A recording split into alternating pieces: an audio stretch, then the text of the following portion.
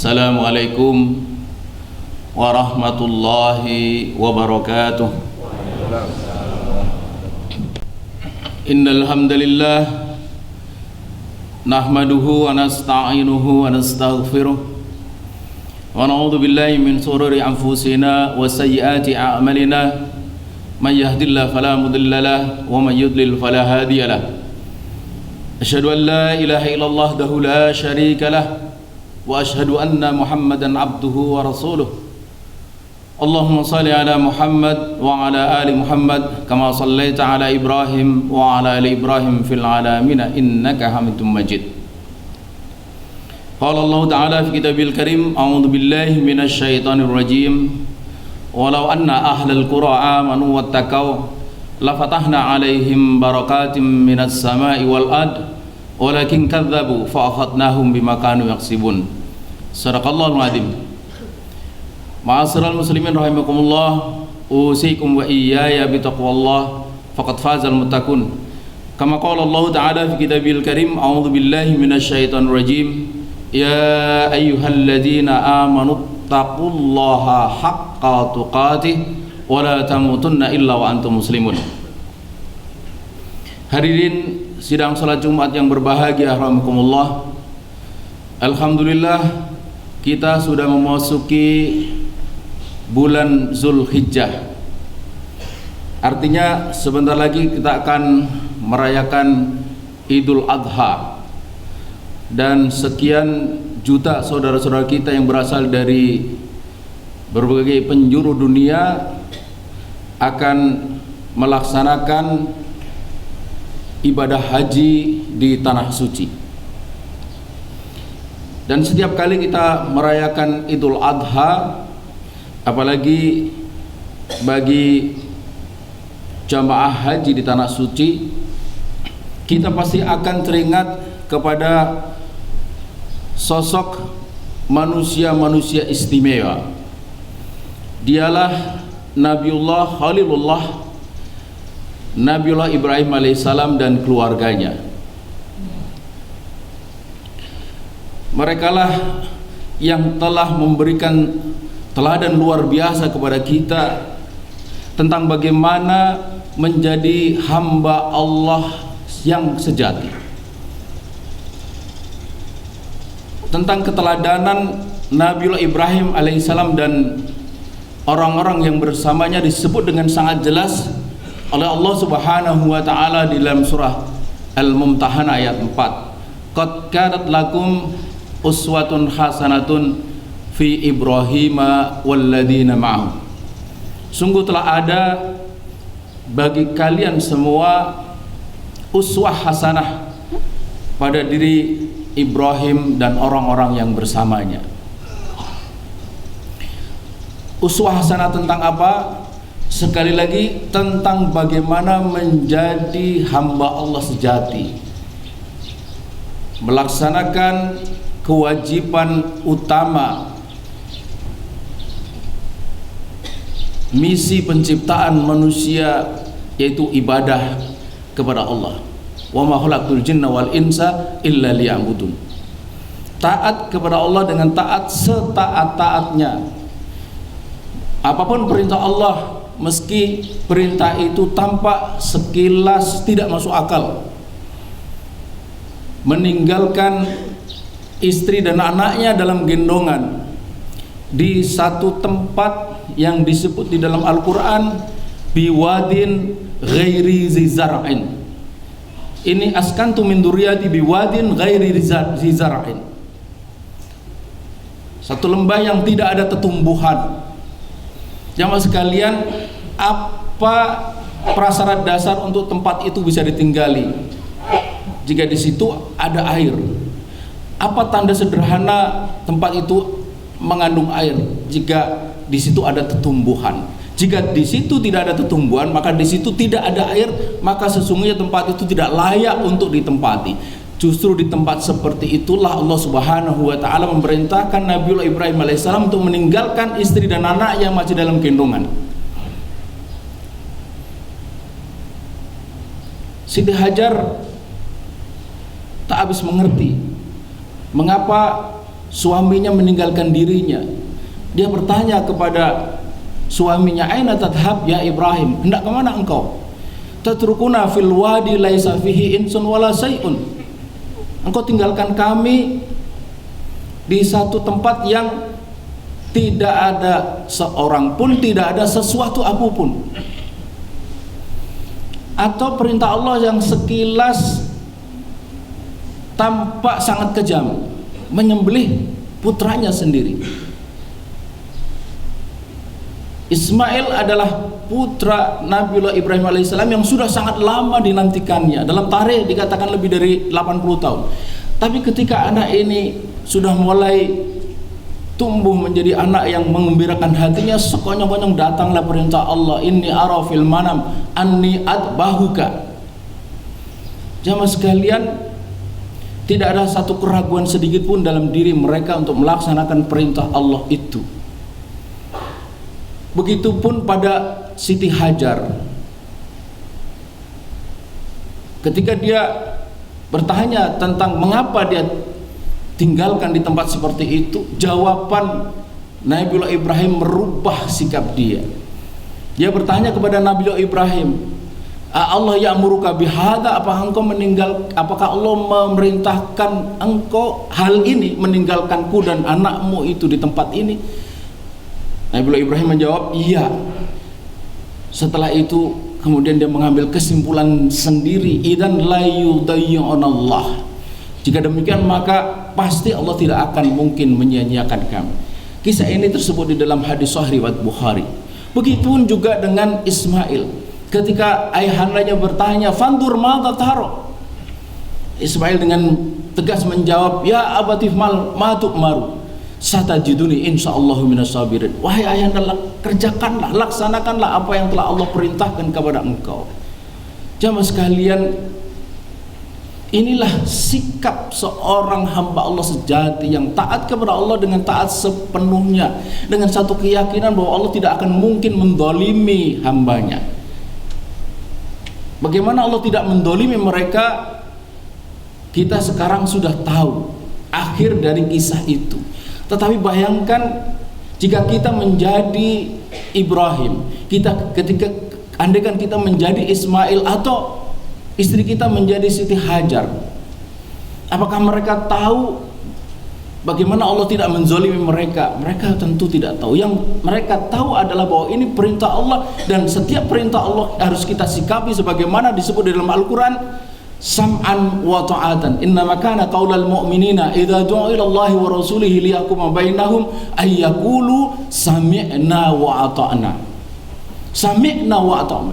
Inilah perkataan orang-orang yang beriman apabila diserukan kepada mereka untuk menerapkan hukum syariat di antara mereka, maka mereka mengucapkan sami'na wa ata'na. Sam'an wa ta'an, kami mendengar dan kami mentaatinya.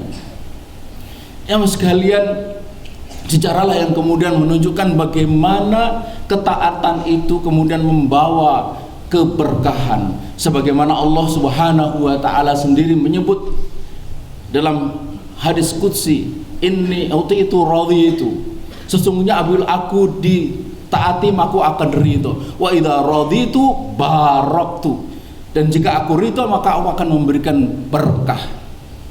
Jadi keberkahan itu hanya mungkin bisa kita dapat jikalau Allah ridho, dan Allah hanya akan mungkin ridho jika kita taat kepadanya dengan taat sepenuh-penuh taat, sebagaimana ditunjukkan oleh Nabiullah Ibrahim alaihissalam dan keluarganya. Sedemikian besarnya keberkahan itu, sampai-sampai ketika kita melantunkan sholawat Ibrahimiyah, memohonkan keberkahan, memohonkan sholawat dan keberkahan bagi Nabiullah Muhammad SAW, selalu dibenchmarkkan, selalu dipadankan dengan sholawat yang telah Allah berikan. Begitu juga dengan keberkahan yang telah Allah berikan kepada Nabiullah Ibrahim alaihissalam. Allahumma sholli ala Muhammad wa ala ali Muhammad kama shallaita ala Ibrahim wa ala ali Ibrahim wa barik ala Muhammad wa ala ali Muhammad kama barakta ala Ibrahim wa ala ali Ibrahim. Jamaah sekalian, keberkahan apa saja yang telah Allah limpahkan kepada Nabiullah Ibrahim alaihissalam dan keluarganya.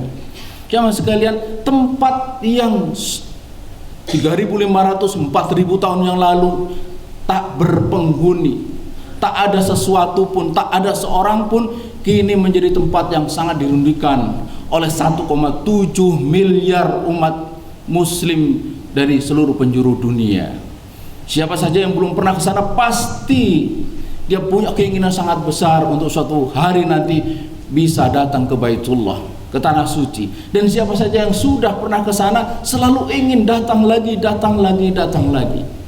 Tempat yang dulu sepi tak berpenghuni sekarang menjadi tempat yang secara ekonomi barangkali ini menjadi tempat yang paling mahal nilai propertinya. Terakhir saya membaca 1 meter persegi di sekitar Ka'bah itu harganya sekitar 1,8 juta US dollar. Dengan kurs 10.000 18 miliar, kurs 15.000 pasti di atas 20 juta, 20 miliar per meter persegi. Belum lagi keberkahan lain, bahwa sholat di Masjidil Haram dinilai oleh Allah Subhanahu wa taala 100.000 kali kemuliaan dibanding dengan sholat di masjid lain. Dan tidak jauh dari Ka'bah terpancar air Zam-Zam yang dari segi geneza sangat sulit untuk dipahami. Khotib belajar secara khusus ilmu geohidrologi, sampai ini hari tak ada satupun teori yang bisa menjelaskan bagaimana di situ ada sumber air. Mengapa? Karena di sekeliling Ka'bah dan Makkah pada umumnya itu batuan beku. Secara teoretik tidak mungkin didapatkan sumber mata air di tengah-tengah batuan beku. Bagaimana itu bisa muncul di titik itu? Dan itu pun dengan jumlah yang sangat besar. Debitnya sebenarnya tidak terlalu besar, hanya 15 sampai 18 liter per detik. Kecil itu.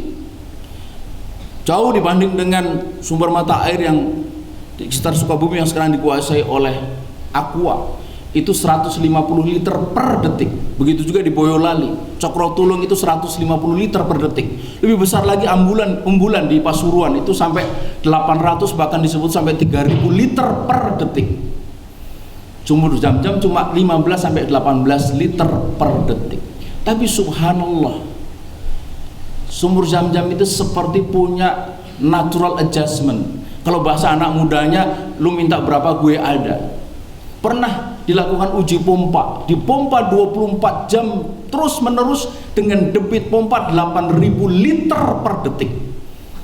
Theoretically mestinya dalam sekejap habis itu. Seperti kalau kita minum air dalam kemasan, air gelas habis. Tapi ternyata muka air sumur Zam-Zam yang dalamnya 42 meter itu hanya turun kurang lebih sekitar 11 meter. 24 jam dipompa terus menerus, itu artinya kalau kita hitung lebih dari 700 juta liter. Dan ketika dihentikan, muka air kembali normal hanya dalam waktu 9 menit. Jamaah sekalian, itulah yang membuat sampai ini hari tidak ada restriksi bagi jamaah dari manapun datangnya. Misalnya bahwa satu hari hanya boleh meminum 1-2 gelas, kita bisa minum sebanyak kita mau. Bahkan kalau kita datang ke sumur Zam-Zam, kita bisa mandi di situ. Jamaah sekalian, inilah berkah yang dilimpahkan oleh Allah Subhanahu wa taala kepada Nabiullah Ibrahim alaihissalam, yang itu juga menjadi berkah buat kita semua. Dan berkah itu berkah yang melimpah, sebagaimana juga Allah Subhanahu wa taala katakan di dalam hadis qudsi tadi itu, laisa li barokati nihayatun. Dan sekali Allah memberikan berkah, maka berkah Allah itu tak berbatas, melimpah ruah, sebagaimana melimpahnya keberkahan yang Allah berikan kepada tanah suci dalam Zam-Zam dan dalam berbagai aspek ibadah yang lain. Karena itulah jamaah sekalian, memasuki bulan Zulhijjah kita mesti memusatkan perhatian kita kepada keteladanan Nabiullah Ibrahim alaihissalam dan keluarganya itu. Bagaimana membawa diri kita ini menjadi manusia yang taat sepenuhnya kepada Allah Subhanahu wa taala, membawa keluarga kita menjadi keluarga yang taat kepada Allah Subhanahu wa taala. Pun begitu membawa masyarakat dan negara kita menjadi masyarakat dan negara yang taat kepada Allah. Karena hanya dengan itu saja kita bisa berhak mendapatkan keberkahan. Apa itu berkah? Berkah itu ziyadatul khair, kata para ulama. Ziyadatul khair wal ajri, bertambahnya kebaikan dan pahala. Hidup kita berkah jikalau bertambah usia kita, bertambah ilmu, bertambah pangkat, derajat, bertambah kekayaan, bertambah kebaikan. Apakah ada orang yang bertambah segala-galanya tidak bertambah kebaikannya? Boleh kita lihat di sekeliling kita. Ada orang yang mungkin merintis karirnya dari bawah sebagai seorang politikus, begitu sampai puncak menjadi ketua umum, belangsak dia masuk ke dalam penjara. Apakah penjara itu sebuah kebaikan? Jamaah sekalian, karena itu pastikan bahwa hidup kita jalani dengan sepenuh taat kepada Allah Subhanahu wa taala. Begitu juga keluarga kita, bangsa dan negara kita. Jikalau ini hari kita menyaksikan bahwa ada banyak persoalan yang tak terselesaikan, ada banyak keburukan, ada banyak hal-hal yang membuat diri kita sebagai rakyat dari negeri ini mengalami situasi yang sangat tidak menyenangkan, maka marilah kita lihat apakah ketaatan kepada Allah yang telah diperintahkan itulah sepenuhnya diwujudkan dalam kehidupan bermasyarakat dan bernegara. Apa yang halal dihalalkan, apa yang haram diharamkan. Yang ada ini hari, apa yang halal diharamkan, sebaliknya apa yang diharamkan dihalalkan. Riba yang jelas sekali Allah Subhanahu wa taala dengan tegas diharamkan, wa halalul bai' wa harramar riba. Justru ini hari menjadi pilar utama dari sistem keuangan dan perbankan kita. LGBT yang jelas sekali di dalam Al-Quran disebut sebagai fahisah. Fahisah itu adalah kemungkaran yang besar, yang sangat menjijikan. Ini hari tak kunjung segera dengan tegas dilarang. Bahkan ada nada-nada akan diberikan keleluasaan dengan alasan itu bagian dari hak asasi manusia. Sementara hal yang semestinya wajib dilakukan, dakwah, tegaknya syariah, bahkan juga tegaknya khilafah, itu ini hari seperti seolah-olah sebagai barang yang harus dijauhi dengan aneka macam sebutan, radikal dan segala macam. Jamaah sekalian, jika itu yang terjadi, maka bagaimana keberkahan itu akan melingkupi kehidupan kita, kehidupan masyarakat dan negara kita. Oleh karena itulah maka penting bagi kita untuk sekali lagi memastikan hidup kita, keluarga kita, masyarakat dan negara kita ini dalam ketaatan kepada Allah Subhanahu wa taala. Jika kita lihat tidak, maka menjadi kewajiban kita untuk membawa masyarakat dan negara kita ini menjadi masyarakat yang taat kepada Allah Subhanahu wa taala. Singsingkan lengan baju kita, luangkan waktu, berikan tenaga, pikiran, daya, dana, bahkan jika perlu nyawa untuk membawa masyarakat, negara, bahkan dunia ini menjadi masyarakat, bangsa dan dunia yang taat kepada Allah Subhanahu wa taala. Karena hanya dengan begitulah maka keberkahan yang telah dijanjikan oleh Allah Subhanahu wa taala itu akan terwujud dengan nyata insyaallah. Barakallahu li wa lakum fil Qur'anil azim wa nafa'ani wa iyyakum bima fihi minal ayati wa dzikril hakim wa taqabbal minni wa minkum tilawatahu innahu wasamiul alim.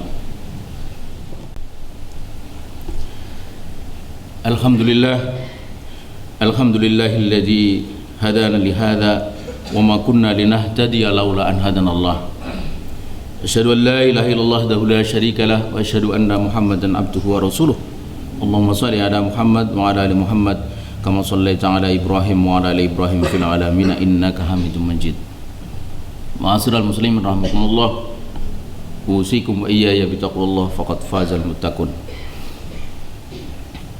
Di tengah rasa bahagia dan menyongsong Idul Adha, kita menyaksikan bahwa ada kemungkinan pelaksanaan sholat Idul Adha ini akan berjalan secara tidak bersamaan.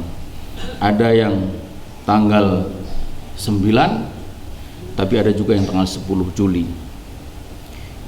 Jelas bahwa ini merupakan satu keadaan yang tidak semestinya terjadi, tetapi itu terjadi. Dan jelas pula bahwa ini kembali kepada pendapat atau keyakinan kita masing-masing. Tapi sebelum mengambil keputusan, penting untuk kita memperhatikan hadis sahih riwayat Abu Daud dan Daruqutni mengenai penetapan Idul Adha ini. Dari Husain bin Al-Haris Al-Jadali, dia berkata, Amir penguasa Makkah berkhutbah, kemudian dia berkata, Rasulullah telah berpesan kepada kita agar kita menjalankan manasik haji berdasarkan ru'yah. Lalu jika kita tidak melihat hilal dan ada 2 orang saksi yang adil yang menyaksikannya, maka kita akan menjalankan manasik haji berdasarkan kesaksian keduanya. Hadis ini menunjukkan bahwa otoritas menetapkan hari Arafah, Idul Adha dan hari-hari tasyrik itu ada pada Amir Mekah, di mana penguasa Mekah ini hari telah menetapkan bahwa 1 Zulhijjah itu pada 30 Juni kemarin. Karena itu hari Arafahnya itu tanggal 8 Juli, Idul Adha 9 Juli. Sementara pemerintah Indonesia menetapkan 1 hari lebih lambat. Penting bagi kita untuk memastikan di mana atau pilihan mana yang kita ambil, sebab jangan sampai kita melaksanakan ibadah maunya mendapatkan pahala sunnah saum Arafah, tapi kita laksanakan pada waktu yang tidak semestinya, maka alih-alih mendapatkan pahala yang ada justru mendapatkan dosa. Karena itu sekali lagi penting bagi kita untuk mengkaji benar persoalan ini agar kita bisa mengambil keputusan baik buat diri kita, keluarga. Syukur-syukur bagi jamaah dengan keputusan yang tepat menurut ketentuan syariah dan fakta yang ada. Di atas segalanya mudah-mudahan Allah SWT memberikan rahmat dan barokah kepada kita semua di dalam bulan Zulhijjah ini, dan memberikan kekuatan agar kita bisa menjadi hamba Allah yang sepenuhnya taat kepadanya sebagaimana ditunjukkan oleh Nabiullah Ibrahim alaihissalam dan keluarganya. Akhirnya marilah kita tutup khutbah ini dengan sama-sama berdoa, mohon kepada Allah dengan penuh khusyuk, khudu tadarrub, berharap mudah-mudahan Allah mengabulkan semua yang kita mintakan. Innallaha wa malaikatahu yusholluna 'alan nabi ya ayyuhalladzina amanu shallu 'alaihi wa sallimu taslima. Allahumma shalli ala Muhammad wa ala alihi wa ashabi ajmain. Amin ya rabbal alamin. Rabbana ighfir lana dzunubana wa liwalidina warhamhum kama rabbayana shighara. Wa li jami'il muslimina wal muslimat wal mu'minina wal mu'minat al ahya'i minhum wal amwat ya rabbal alamin. Rabbana ighfir lana wa li ikhwanina alladhina sabaquna bil iman wa la taj'al fi qulubina ghillan lil ladzina amanu rabbana innaka raufur rahim. Allahumma rabbana la tu'akhidna in nasina aw akhtana rabbana wa la tahmil alaina isran kama hamaltahu 'alal ladzina min qablina rabbana wa la tuhammilna ma la taqata lana bih wa'fu anna waghfir lana warhamna anta maulana fansurna 'alal qaumil kafirin. Allahumma inna nas'aluka salamatan fid din wa afiyatan fil jasad wa ziyadatan fil ilmi wa barakatan fil rizqi wa taubatan qabla al maut wa rahmatan indal maut wa maghfiratan ba'dal maut. Allahumma hawwin alaina fi sakaratil maut wan najata minan nar wal afwa indal hisab. Allahumma arinal haqqa haqqa warzuqna ittiba'ah wa arinal batila batila warzuqna istinabah. Allahumma aslih lana dinan alladhi huwa ismatu amrina wa aslih lana dunyana alladhi fiha ma'asuna wa aslih lana akhiratana alladhi ilaiha ma'aduna waj'alil hayata ziyaratan lana fi kulli khair waj'alil mauta rahatan min kulli syarri rahmatika ya arhamar rahimin. Allahumma a'izzal islam wal muslimin wa ahlikil kafarata wal musyrikin wa dammir a'da'ana a'da'ad din. Allahumma ansur man nassarad din. Allahumma ansur ikhwanana fi kulli makan. Allahumma ansur ikhwanana al mujahidina fi sa'iril biladil muslimin bi rahmatika ya arhamar rahimin. Allahumma rabbana hab lana min azwajina wa dhurriyyatina qurrata a'yun waj'alna lil muttaqina imama. Allahumma rabbana atina fid dunya hasanah wa fil akhirati hasanah wa qina adzabannar. Subhana rabbika rabbil izzati amma yasifun wa salamun alal mursalin alhamdulillahi rabbil alamin. Ibadallah, innallaha ya'muru bil adli wal ihsan wa ita'i dzil qurba wa yanha 'anil fahsai wal munkar wal baghi ya'idzukum la'allakum tadhakkarun wa la dzikrullahi akbar.